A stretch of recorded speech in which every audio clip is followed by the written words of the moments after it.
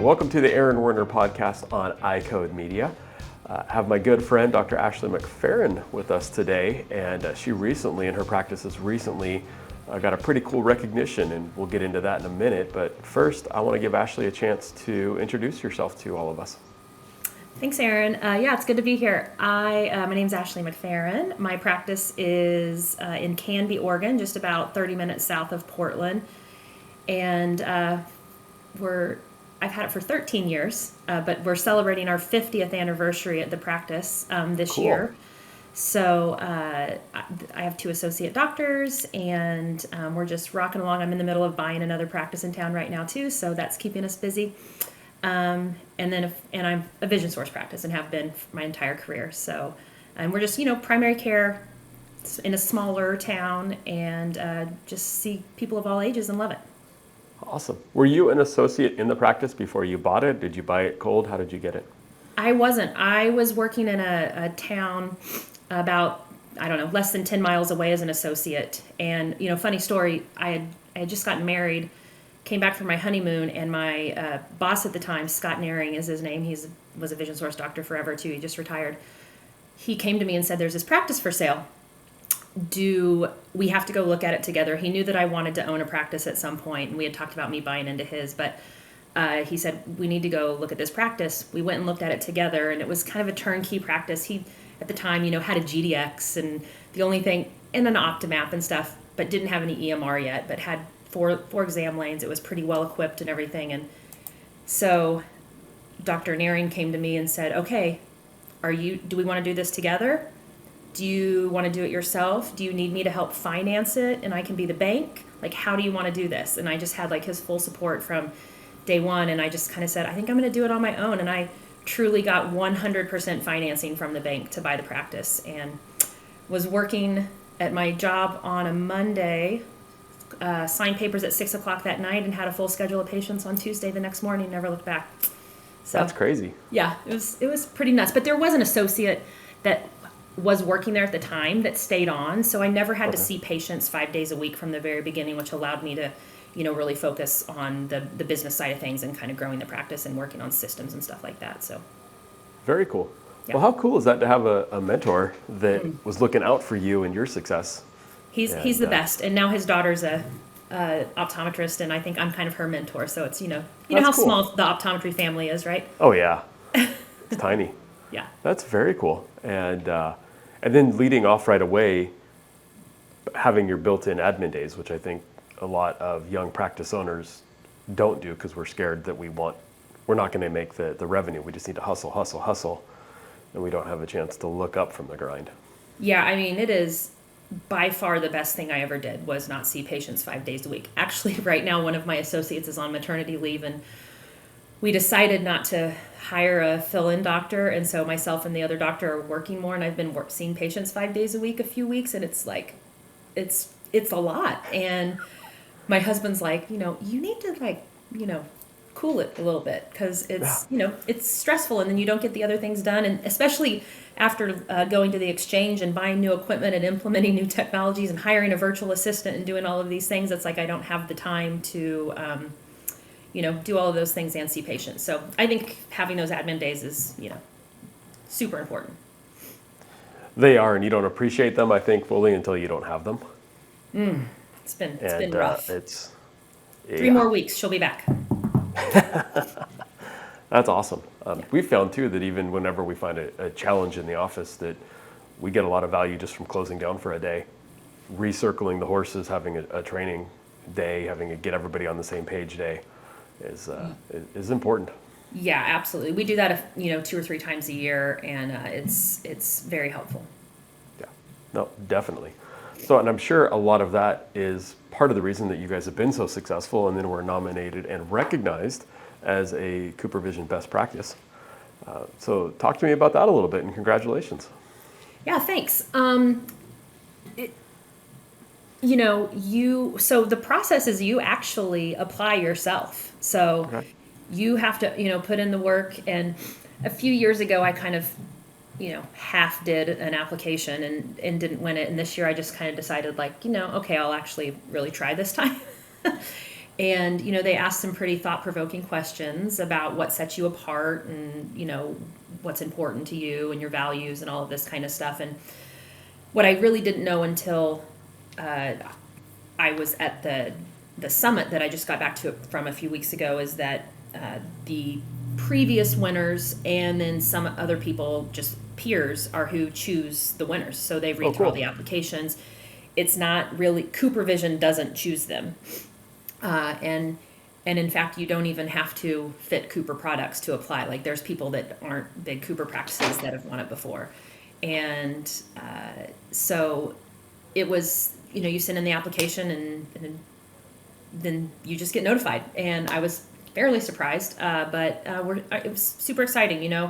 Anytime you can take a moment and step back and, I've put a lot of thank you into my staff when they say, what's the best part of this? And it's like, or who do you want to, why has your practice been so successful? And it's staff all the time, and so anytime that you can take a moment to kind of thank them and recognize them, it's special. And Cooper, they do, like, once you win, they kind of do this road show, and one of their professional relations people goes to each office and, you have a little party and do photography and, present you with a plaque and everything. But that was really a time to thank the staff again, and so that was great. And, they come in and they do headshots for everyone. They do photography of your office, action shots with patients. And so that's, that stuff all costs money to have done yourself, and which we have had it done before, but it had been a little bit. So that was nice. That's cool. Yeah. That's really cool. Go ahead.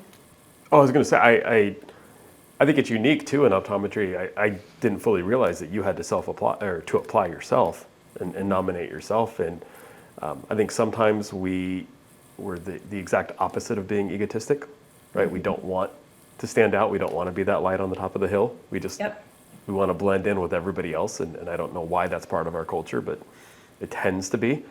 Yeah. So kudos to you, one, for taking that step. Well, I'll tell you why I did it, though. Funny story. I'm the vice chair of industry relations for the AOA, and I was having a breakfast with some CooperVision people at, I think it was Vision Expo West last fall, and I was with Rose Britton, and she said, she's looking around the table at me and Jerry Neidig and some other doctors that were there, and she says, "You guys all need to apply for this program. Like, why haven't you applied?"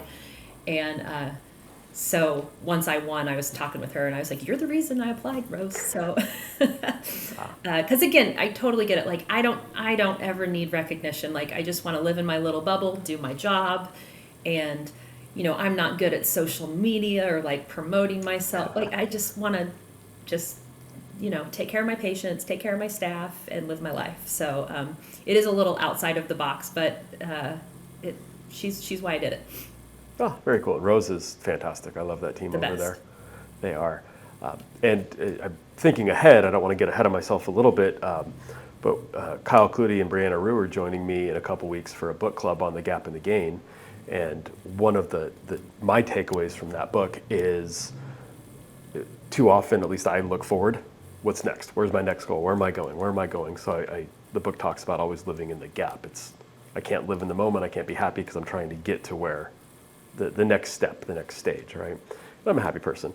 But in doing this process and listening to you, looking back on what you've accomplished, a la the nomination, the self-nomination, and applying for this, that's pretty cool to, I'm sure, to look back and see everything you've done and everything your team has helped you accomplish, and together you guys have accomplished. 100%. Because we had grown 50% in the last 2 years as I was applying for this.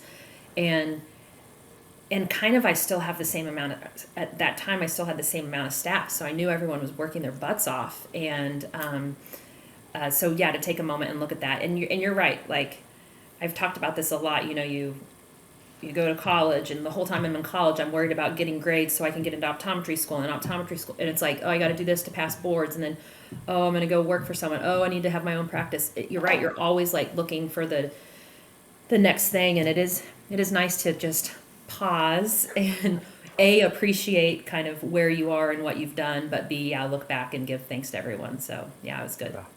That's very cool. And I don't think I appreciated that you grew 50% over the last 2 years. That's nuts. Yeah, it was crazy. So February of 22, I brought in our second associate, the third doctor in the practice. And so, she works 3 days a week, but she speaks Spanish. And we're in a community that's really, really important. And it has grown the practice a lot and continuing to grow. And and we brought in myopia management, which is, in regards to this Cooper thing, that's one of the things we talked a lot about at this summit that I just got back from. But so Dr. Ozuna, she's doing myopia management, and we brought in some more dry eye stuff with tear care, and just trying to, also getting rid of lower cost frame lines, just all of the things that we all need to do. And I didn't, it's funny, you're just having like your head down, you're just working. And I look at numbers. I don't think I look at them every month, but I pay attention to them. But the reason I was really looking at them is because we had set a goal. If we got to this goal, then everyone was going to Vegas for Vision Expo West. And Nice. and that was so last fall, and I looked at that, and we like exceeded our goal like just by crazy. And then I started looking at the numbers like, holy moly, 50%, that's a lot. So, but That is it's a good. lot. That's why we're, hiring a virtual assistant after listening to you, and making some changes in the office. So Yeah, very cool. So you brought in some changes, bringing in a second associate. Are you still in the 4-lane location that you bought? Are you in a bigger location? Where are you at? yeah, I'm still in that location. I actually did a complete remodel in 2020.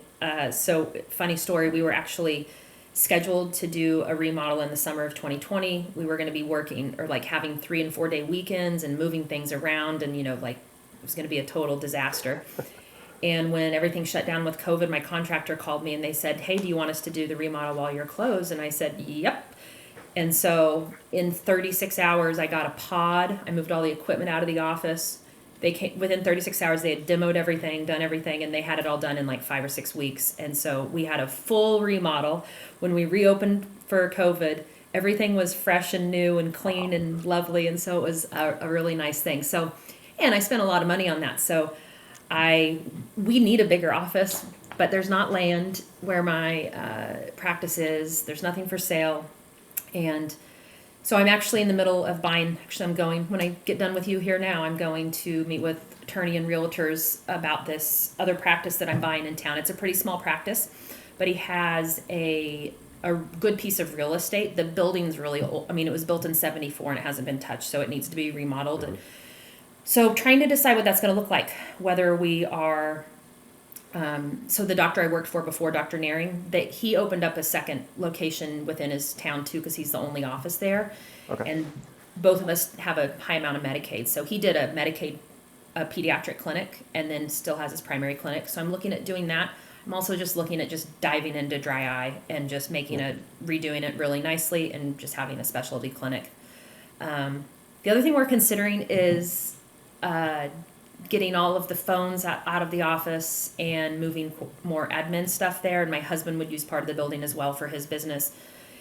But then the whole virtual assistant thing's happening, and so that's so much more cost effective. And so it's a lot to figure out right now. But I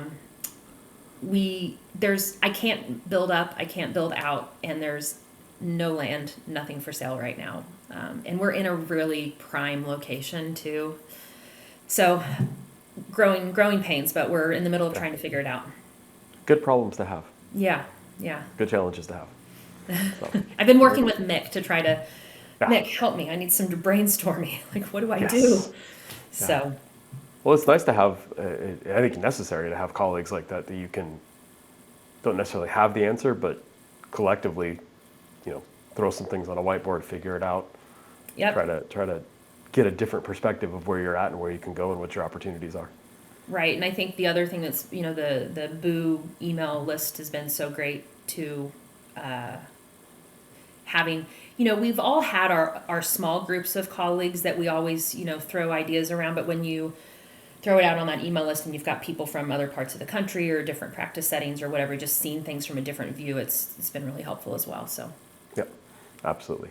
And for the listeners who aren't part of Vision Source, the Business of Optometry email group is a huge, probably close to 2,000 different Vision Source doctors and office administrators sharing ideas, asking questions, asking help. So very like-minded people, all grounded on the same philosophies through their engagement with Vision Source. But then, across the country, just asking and offering support. Yeah. I think those are important to have, and it's a nice cross between the physical engagement that we see with each other and then the day-to-day virtual. So you've done a lot in the last 2 years. You brought on an associate doctor. You started myopia management. You changed your optical and the lines you had in your optical. How did you successfully do all of those without overrunning yourself, overrunning your staff, and falling victim to the I started something I just can't quite finish? I'm not sure I was successful with all of them, let's be clear. Well, you grew 50%, so. Yeah, well, I had previously, a number of years ago, went to the exchange, bought multiple pieces of equipment at the same time, and failed at one of them. And it's the first thing that I had bought in my office where I was like, and still, I think I have 5 more payments on it. It's just hanging on the wall. And so I told myself I wasn't going to do that. The other thing I would say is another reason for our growth, I would wager, is about that time that I hired that new doctor. I actually was the first time I've had an office. I hired an office manager as well. So that has been a total game changer. I feel a little bit like I should call her operations manager, not really office manager, because she's so good at just the day-to-day, helping with new implementations, just day-to-day, stuff that comes up in the office, whether it's HR related or a patient problem or whatever. I still tend to be the kind of like have to be the big picture. I don't really love to be it, but I can be the big picture person, and she's not great at that. But I'm happy to play that role. So that helped as well. So I think and she was my optician for 7 years. So as far as bringing in new frame lines, we did Max too. We implemented Max, and it's just like she really oversaw all of the optical stuff, and I was just kind of hands off, and that's been really, really great. Myopia management, my associate doctor, when I hired her, Dr. Laura Ozuna, she's totally amazing. She came to me with a spreadsheet that you can't even believe of the cost analysis of doing myopia management, had figured everything out, what we should charge, what our cost is, had worked with their CooperVision rep for my site, had talked with Natural View people, like done all of this, and had already made handouts and flyers and all of this stuff. So she literally did it all. So, and then we had a training with the staff. She did the training. She's amazing. And it's funny, at the time she says, I don't ever want to own a practice. I'm like, you sure about that? Because you're really good at all of this stuff. So we're starting to talk about partnership. But so she did all of that. So that was hands off, and we refer to her within the office. So I don't even do myopia management. I've been doing it since she's been on maternity leave, but we just refer to her. And then tier care, that's kind of been my thing. I've really loved that, and so that was pretty easy to implement as well. I think I've hated treating dry eye for many years. Treating dry eye, because you're like feeling like you're banging your head against a wall, and no one ever does what you ask them to do. And so this tier care is the first thing that we've had in my office that is a true treatment that helps people, and they come back in raving. The first person I did it on, she called my cell phone that afternoon and left a voicemail, and was my eyes are lighter, I'm lighter, this is the best thing, my life's changed. Like, it's just this whole thing. So that's been wonderful. So cool. I guess we did overall do pretty good, but the office manager has been helpful, and then this amazing associate doctor. The Myopia Collective. CooperVision and the AOA have partnered in a groundbreaking initiative to change the way optometrists in the U.S. treat children with myopia. The purpose of the Myopia Collective is to rally the profession of optometry and its allies to interrupt the status quo and elevate the new standard of care for children with myopia. Every individual is encouraged to become a member of the collective. By joining, you commit to taking action to help slow the progression of myopia in children. You'll receive updates and information about the collective and its work in the fight against myopia, gain access to educational opportunities and resources offered by the collective, and hear from change agents, the ambassador optometrists selected to serve as advocates for community and policy change that facilitates the mission of the collective. Scan the QR code or click on the link in the show notes to join the collective today. In the past, our focus revolved around prescribing MacuHealth or MacuHealth Plus to patients at risk of macular degeneration, while also recommending it to collegiate and professional athletes for enhanced contrast sensitivity in sports performance. However, this year's introduction of the Life Meter has been a game changer. The Life Meter revealed a concerning truth. Many of my patients have alarmingly low skin carotenoid levels, indicating potential deficiencies in essential body tissues like the retina and brain. Supported by over 30 peer-reviewed publications, Life Meter's accuracy, consistency, and effectiveness has been demonstrated across 2,000 subjects with diverse backgrounds. With this newfound insight, I can now have meaningful conversations about carotenoid levels with all of my patients, even those who may seem outwardly healthy. To learn more about this empowering technology, feel free to contact your MacuHealth representative or click on the link in the show notes. Together, let's optimize patient care and elevate their well-being. That's awesome. Yeah. Well, what I heard from all that is you've done a really good job of delegating, right? Which is hard to do because you got to let somebody else take care of your baby. And I remember the first time my oldest, when they were little, even leaving them with grandma and grandpa was tough because it's your baby. But trusting somebody else to take care of it and have their influence. And then understanding and identifying strengths and opportunities, right? So, recognizing that you may not love doing myopia management, which is okay, right? Yeah. But finding somebody who is, and I think sometimes within optometry, we don't allow ourselves or each other to say, hey, I don't like working with kids, or I don't like working with low vision, or I don't, whatever the case may be.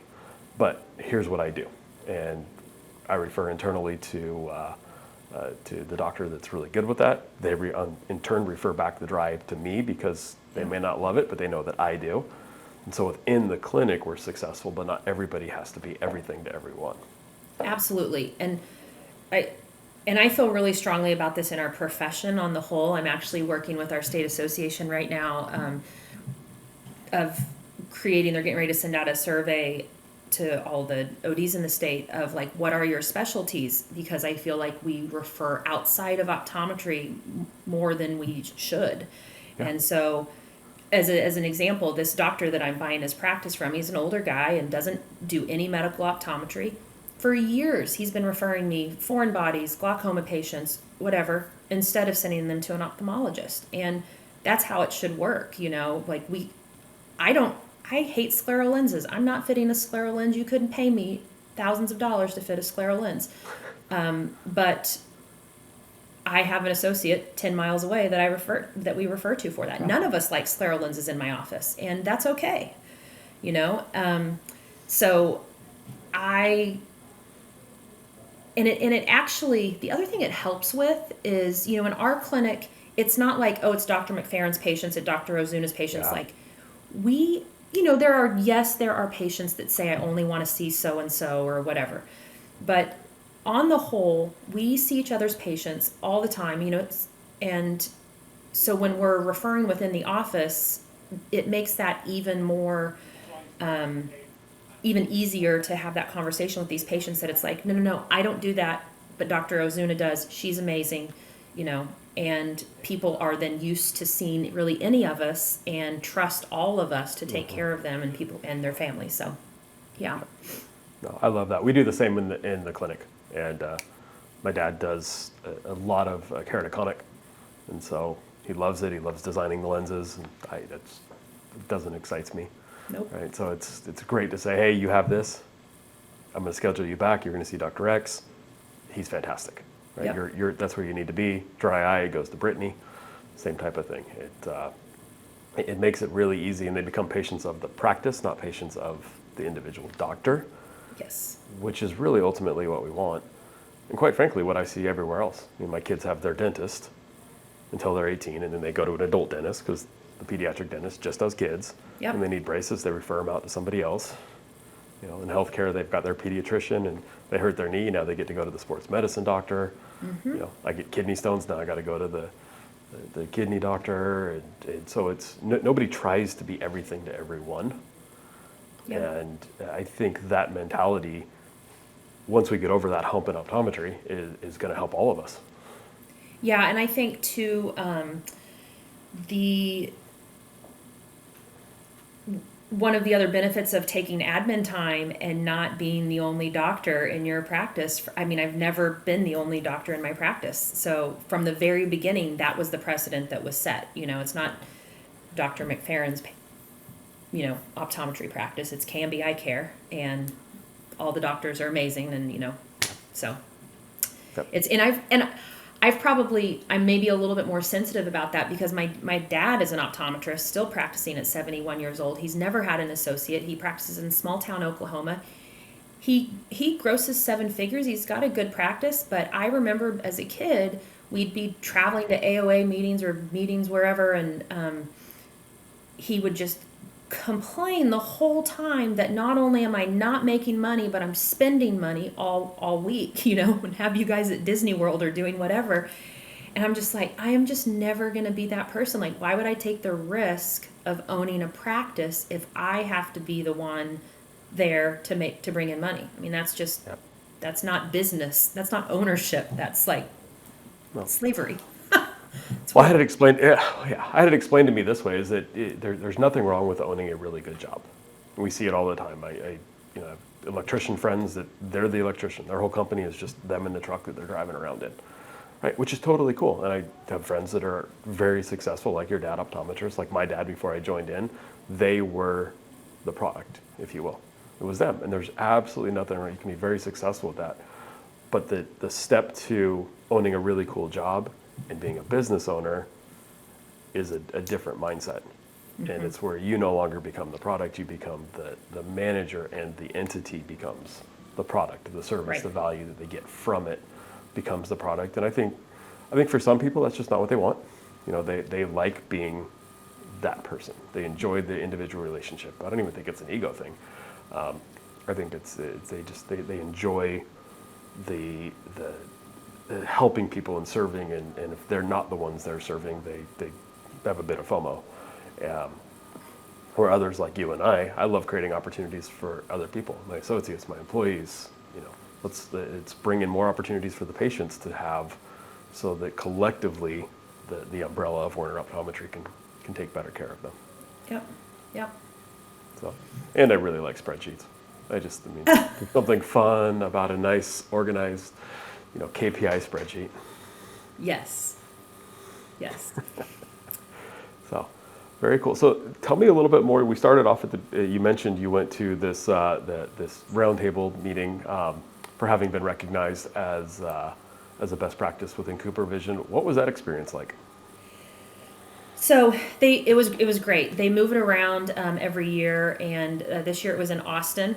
So it's 2 nights, and first off, they treat you like royalty. We stayed at a very nice hotel, and they pay for everything.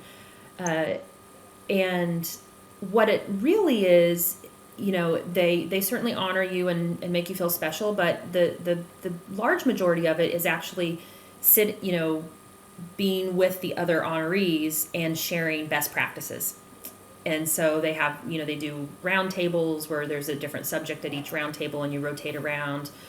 And just making those connections. We did have a keynote speaker, though. He was one of the best keynote speakers I've heard in a long time. Kyle Scheele, Schele, I think. He was really, really outstanding. And so you do that for a day and a half, and then they do some training on social media, and they have a media company there that does all of that. and you do some interviews and different things like that. And then we will meet again at optometry's meeting in Nashville, and there's like a media roundtable where some of the industry people are there, and so that's scheduled for this summer. Very cool. And then other things like there's like a Facebook group or whatever, and like just this week they reached out and said one publication is looking for someone, they want to talk to someone about contact lenses and how they they're selling contact lenses and stocking contact lenses and how you deal with all of that, and is anyone interested in being the person that wants to talk to them about that. So they're constantly like doing things like that where you can talk with whatever publication and do all that. But I think the biggest thing is just meeting these other like-minded people, and of course I've been a member of Vision Source for so long, so I feel like I already personally have that and with some wonderful doctors. But one thing that was interesting is, there's in this group, there was a couple of practices that were like primarily almost all vision, pediatrics, vision therapy, and myopia management. There was a commercial practice there. There was a my eye doctor practice there, a PE practice. So just different practice modalities where a lot of times within Vision Source, it's, you're basically the same, more primary care. So that was really helpful. And I think I took away a lot of stuff, even for myopia management, even though we have a successful clinic and Dr. Ozuna does great, I know it can be a lot more. And so kind of just picking those people's, picking their brains about their clinics and stuff, because they have much bigger practices than I do in regards to myopia management. So that's I think really the best thing is just, meeting new people and having a new group of peers to go to when you are thinking things through. Oh, absolutely. I love stealing from other people. I know. Yeah. Reinventing Hopefully they give the it away, wheel but I'm is... stealing something. Yeah. Yeah. Yeah, it all makes us better. Ton Mai was the one who told me, he's like, Aaron, we need to steal more. Lots of good ideas out there. We just need to start stealing them more. And he's a smart guy, so I took it to heart. Yep, absolutely. So, very cool. Well, Ashley, this has been fun. Congrats again on the recognition, the hard work success, and congrats to your team, because I know that it definitely isn't a single person effort. Yeah, no, God, no. It takes. Thanks a lot. This has been a blast. Yep, absolutely. So we will link in to the recognition page on Cooper for best practices. So those who want to check that program out and learn more about you guys and the other best practice winners, they can check that out there. Also link to the live book club, so we can talk more about that book, Gap in the Gain, because I think it's not only important to always try to be doing better, but recognizing what we're doing and where we've come from, so that fuels our continual push. And unfortunately, I look too often on our social media pages within the industry, and there's a lot of people that just are kind of down on the profession, and which makes me sad, because this is a really darn good profession. As a multi-generation doc, just like you, it's been fantastic for me. It's been fantastic for my family, and certainly I love taking care of patients and what we get to do. So I see nothing but positives, and I think a lot of that is just mindset and where you look. Yep. Yeah, I was just talking with Dr. Malinsky the other day, like what would we do if we weren't optometrists? Like we all just like absolutely love what we do, and just it's super rewarding and flexible, and all just love it. Well, it keeps us young. I mean, all the changes, the virtual assistants, the AI coming, the different technologies that we have, it's just it's cool. And having, like you, gone to meetings when I was a kid, I still remember when you used to get the full king size candy bars from the vendor booths, right? And Dad didn't have to worry about feeding us, because we ate our fill of sugar the entire trip. But I remember seeing stuff there that looks archaic today because of all the cool stuff we have, and I can't imagine what's going to come in the next couple of years. Yeah, I know. So that's all fun. Yep, absolutely. Awesome. Well, Ashley, thank you again. Really appreciate you taking time, and congrats to you and your team. All right, thanks a lot. See ya.